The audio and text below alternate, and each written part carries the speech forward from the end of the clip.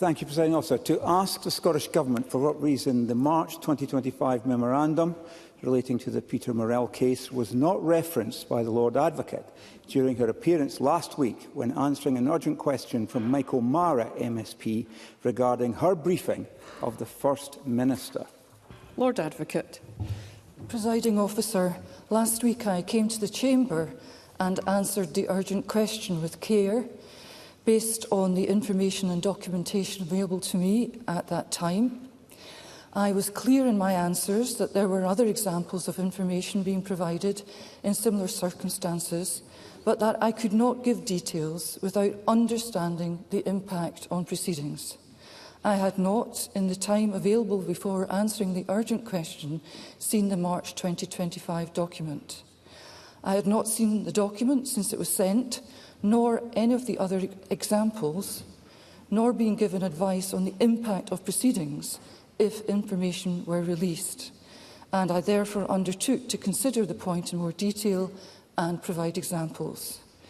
It would have been quite wrong for me to answer such a sensitive issue in a live criminal case with anything less than the fullest understanding and consequences of the issue. Yesterday, I was able to provide members with a wide range of examples to demonstrate the long-standing practice of prosecutors properly advising governments of casework and prosecution decisions. I have now provided Parliament with the fullest information available. Stephen Kerr.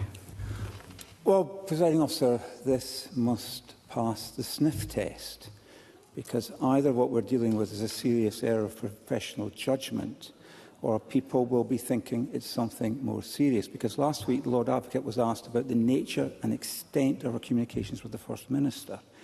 She justified the January memorandum on the basis that proceedings were live and that he required to be advised so as not to prejudice them by public comment. In fact, she repeated 3 times the following statement. The communication to the First Minister was provided after the indictment was served at a point at which there is no limitation on its terms being made public. But now we know there was also a prior memorandum in March 2025 covering the alleged offence and its value. Now, I have a higher estimation of the Lord Advocate than to believe that she hadn't referenced her past communications with the First Minister on this case before coming to this chamber last week. So why was that communication not disclosed then? And does she accept that her answers last week are at best and have been shown to be incomplete and therefore misleading to Parliament? Lord Advocate. I'm constrained in what I can properly say about live proceedings. Where Parliament seeks wider detail, I will provide what I properly can, and after considering, on my responsibility, the appropriate legal and proprietary and proper advice from my officials. I will not say anything that risks prejudicing proceedings or disclosing material that cannot appropriately be put into the public domain. I have now published all available examples of minutes to the First Minister. As a person who has dedicated their professional life to upholding the rule of law, I understand fully the need for Parliament to be properly and accurately informed on matters where it requests information. I answered the questions put to me and told Parliament that further examples would be provided once the required checks were undertaken by my officials. Concur. But 3 times the Lord Advocate said the communication to the First Minister was provided after the indictment was served at a point at which there is no limitation on its terms being made public. But now we have the same information in a memorandum from the Lord Advocate to the First Minister dated March 2025. And the fact is that the First Minister was then in possession of information that was not in the public domain.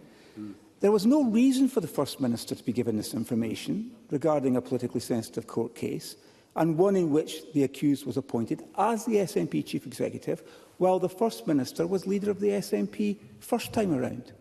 Journalists were asking direct questions and were denied these details. The public did not know.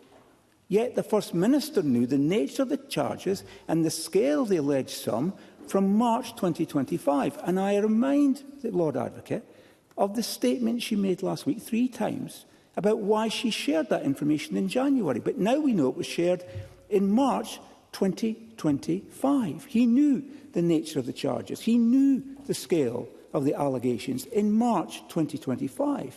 And that, by definition, is an informational advantage. And if that information was shared with party special advisers, as it was, then does that not risk becoming a political advantage?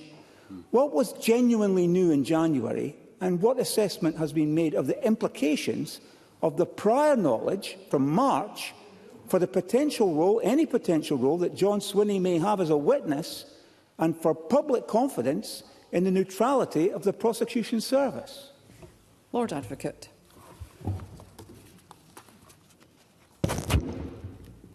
At a point at which an indictment is served or a petition warrant is being answered, there is indeed no limitation on the information contained in either document being made public. This recognises the possibility of disclosure once it has left the control of the prosecutor. The position that an indictment is not public knowledge until it is heard in open court is entirely correct. Formal public status arises through the court process.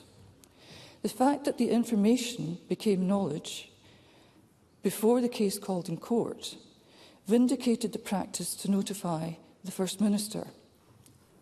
I understand why people may feel uncomfortable that the First Minister has information that others do not. In a sensitive context, that might be heightened. But the reason the First Minister gets to know some things that the public do not is because he has responsibilities that the public do not. I am here today as Lord Advocate. I discharge my duties in that office independently of any other person and independently of any political interference. As I have explained, the Lord Advocate of the day may provide the First Minister of the day, or indeed Prime Minister or other minister, with appropriate information on casework or investigations. This is done irrespective of the political party of the recipient of the information. It is done in the proper administration of the legal system. The Lord Advocate does not brief political parties. The Lord Advocate advises constitutional office holders of information that they require to be aware of. Michael Mara. It is absolutely clear that this practice developed under the SNP government from the information that's been provided by the Lord Advocate. The Lockerbie bombing and Glasgow terror attacks are completely different, not comparable to the cases that have been presented in her information since 2011. There was a clear change of approach and culture at that point. But 3 times, as already raised, last week, the Lord Advocate said in very specific terms that she was able to inform the First Minister about the details of the case because from the point at which the indictment is served, there is no limitation on its terms being made public. The Lord Advocate's words. We now know that the Lord Advocate provided the First Minister with that information in March 2025. So is there a new justification, Lord Advocate? Is there a new justification being provided today that's different to the one that was provided last week? Because it certainly seems 3 times last week this justification was made and Parliament was misled. Through the Chair always, Lord Advocate. Thank you. I have answered that question. I was clear. Let us hear the Lord Advocate. Thank you. I was clear in my answers that there were other examples of information being provided in similar circumstances, but that I could not give details without understanding the impact on the proceedings. I had not, in the time available before answering the question, seen the March 2025 document. I had not seen the document since it was sent, nor any of the other examples, nor been given advice on the impact of proceedings if information were released. It was essential, in order to protect the integrity of live criminal proceedings, that I took care and I was measured in my responses. I undertook to consider the point in more detail and provide examples, and I did that. It would have been quite wrong for me to answer such a sensitive issue in a live case with anything less than the fullest understanding and consequences of the issue. Murdo Fraser. Thank you, Presiding Officer.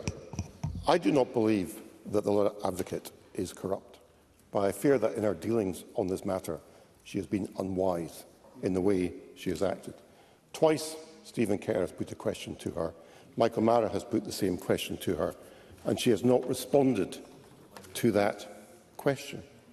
She has not responded to the question as to why, when she told the Chamber last week that the justification for sending a minute to the First Minister was that it was after the service of the indictment. Did that apply when she sent a memo in March last year? Yes or no? Lord Advocate. So I have answered the question, and the petition. All I ask is for common decency, and for me to.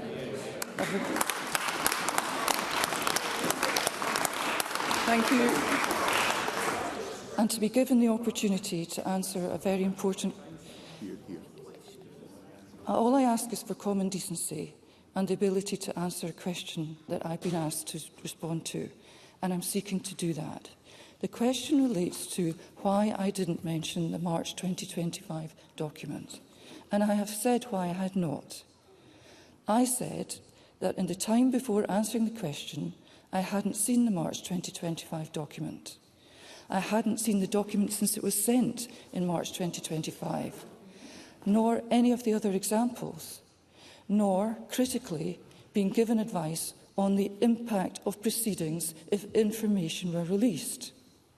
I therefore undertook to consider the point in more detail and provide examples and to respond in full and in writing. And I have done that. And any responsible individual would understand it would have been quite wrong for the serving law officer of the day, in a live case, in such a sensitive issue, to respond with anything less than the fullest understanding of the consequences of the issue. So yesterday, members were given a wide range of examples, including the March 2025 document, and I have provided Parliament now with the fullest information available. Jeremy Balfour. Thank you, President Officer.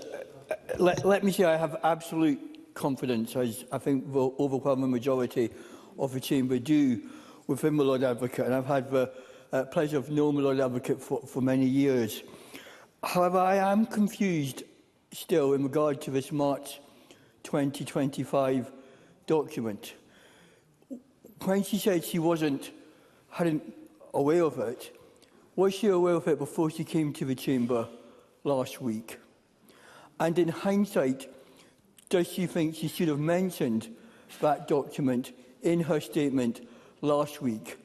Or was she completely unaware, or had she forgotten about the document which she sent in March 2025? I think we need just some clarification on what her memory was of this, and in hindsight, does she think she should have mentioned this in her statement last week?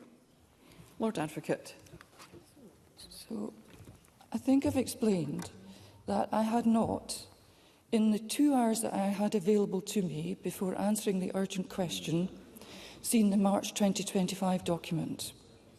I had not seen the document since it was sent in March 2025. And so when I came into the Chamber, I was not aware of the terms of the document. And indeed, that is all I can say. I hadn't been given advice on the impact of proceedings if information in relation to that document was released. But I undertook to look at the matter, to understand what had been done previously, and in open and in transparent way, I provided the minute to Parliament.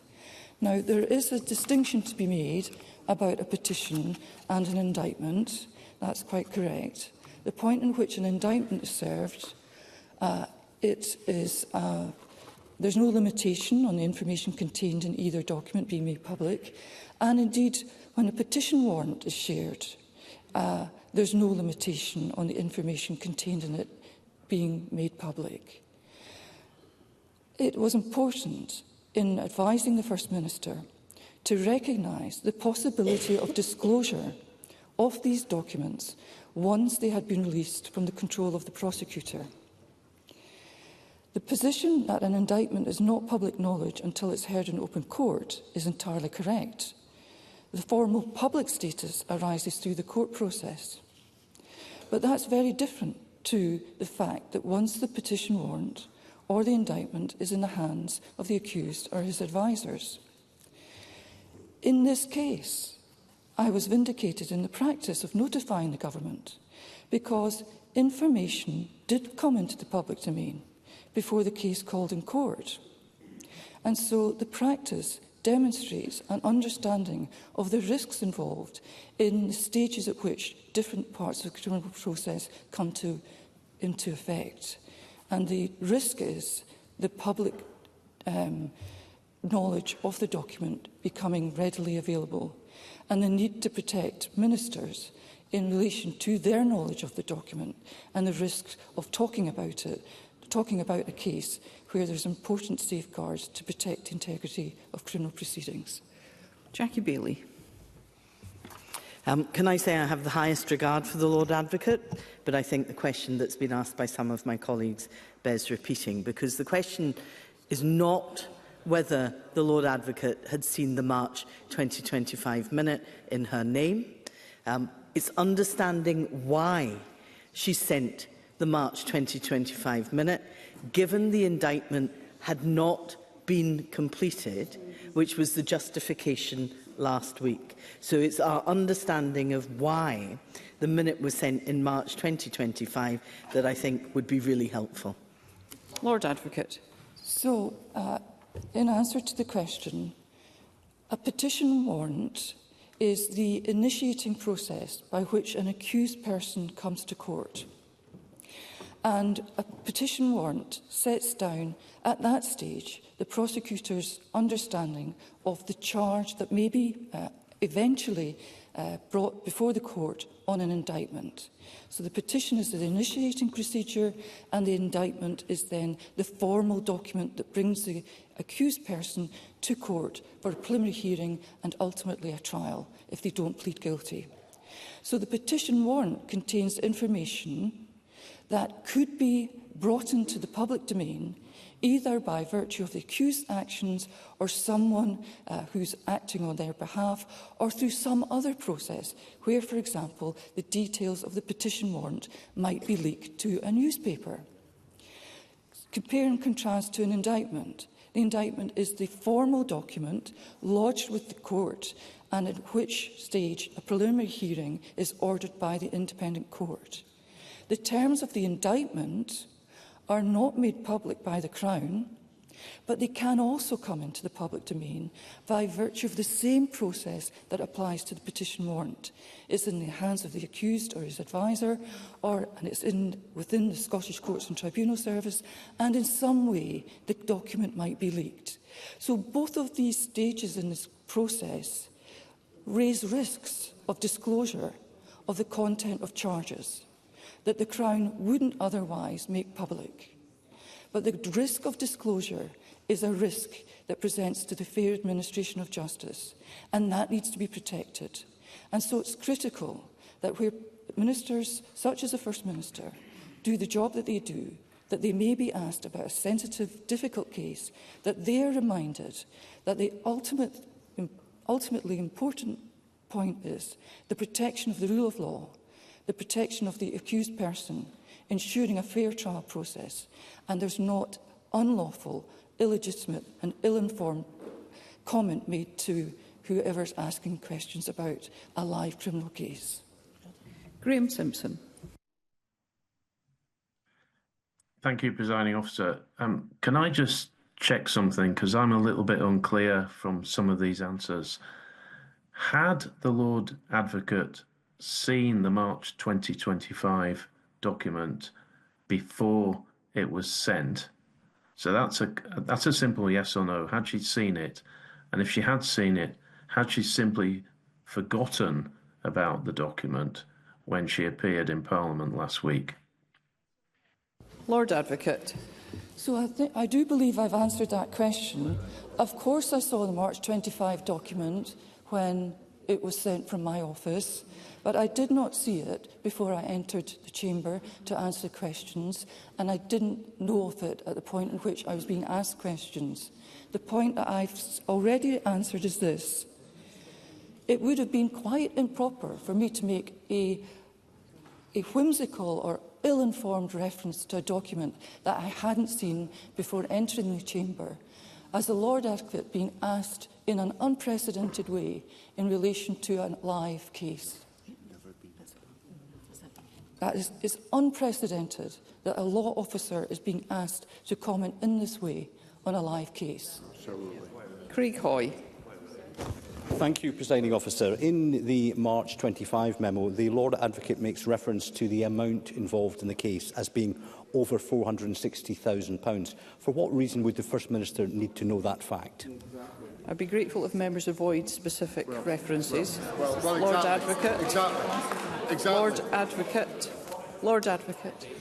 I have been in this chamber before and asked questions precisely on why the amount was mentioned in the indictment, and it's for the same reason that was mentioned in the March 2025 memo. That concludes the urgent question. The next item of business is consideration of business motion 20898 in the name of Graham Day on behalf of the Parliamentary Bureau, setting out a business programme. And I call on the Minister to move the motion. Move, Presiding Officer. Thank you. And I call on Murdo Fraser to speak to and move amendment 20898.1. Thank you, Presiding Officer. This morning I lodged an amendment to the business motion to seek to insert in next week's business a statement from the Lord Advocate and an opportunity for Parliament to ask her questions. And I lodged that amendment before my colleague Stephen Kerr had his urgent question accepted by you, so the Lord Advocate would come to the chamber to answer questions. And I had hoped, Presiding Officer, that we would be in a position now where I would not have to move my amendment. The First Minister would just be quiet at the moment. Presiding Officer. Members, let's carry out our business respectfully. Thank you. Thank you, Presiding Officer. I regret, Presiding Officer, the answers we have heard from the Lord Advocate are insufficient. She has accepted herself that the answers she gave to this Parliament last week were incomplete and insufficient because she had not given this Parliament a full picture, because she had not looked at all the papers available to her. That in itself should be a matter of concern to this Parliament. No, not just now, Mr Stewart. Not just now, Mr Stewart.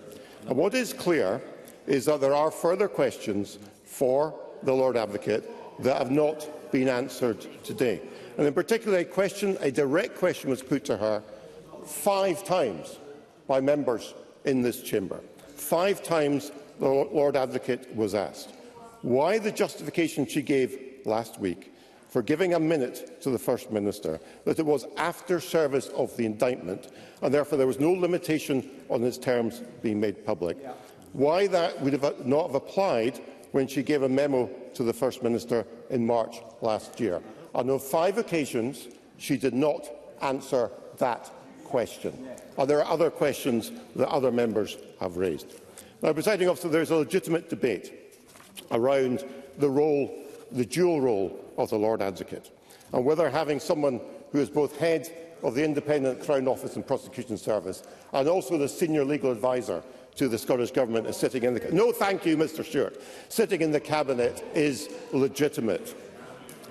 And I speak as a Scottish lawyer, Presiding Officer, the integrity of the Scottish legal system is absolutely essential. Let's hear Mr. And anything that undermines that or gives the perception of undermining that is a legitimate matter of inquiry for this Parliament. Presiding Officer, there are serious questions here that still require to be asked. This cannot be the end of this matter. Absolutely. We have not heard convincing answers from the Lord Advocate to questions put by my colleague Stephen Kerr, by colleagues on the Labour benches and by myself. This issue needs full exposure, not cover-up, and I move the amendment in my name. Thank you. I call on Keith Brown. Thank you, Presiding Officer. I think it's clear to me that the only reason that this is being raised again is the desperation on the part of the Conservative Party and others to smear the Lord Advocate, to smear this institution and seek to undermine it in the same way as they shout down anyone that speaks against their interest on a regular basis. And it's of a piece of the tawdry tactics that we've seen for the last 10 years from the Conservative Party. Instead of engaging in debate and asking questions every time, it's about a smear campaign. It's particularly from two individuals that have been contaminated by the worst of the aspects of the Westminster bubble, bringing it into this Parliament. And it's time it stopped. The sensible heads in the Tory party should have a word with the rest of them and stop this nonsense. And we should oppose this amendment from Murdo Fraser. And I call on... Thank you. I call on the Minister to respond on behalf of the Parliamentary Bureau.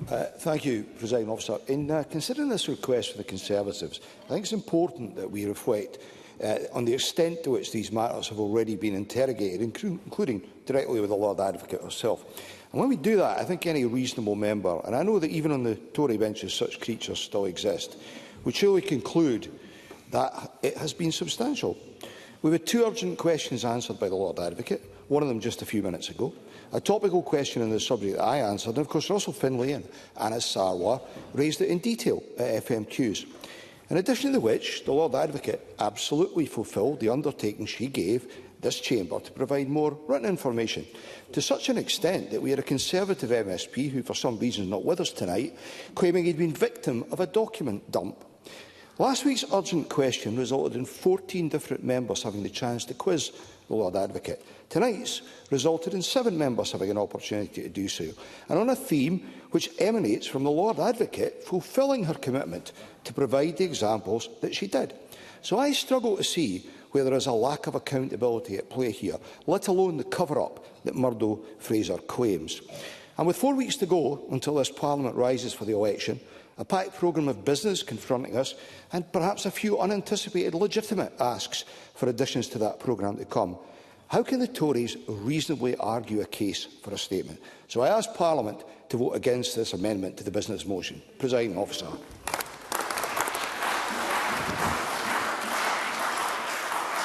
Thank you. The first question is that Amendment 20898.1 in the name of Murdo Fraser, which seeks to amend Motion 20898 in the name of Graham Day on behalf of the Parliamentary Bureau, setting out a business programme, be agreed.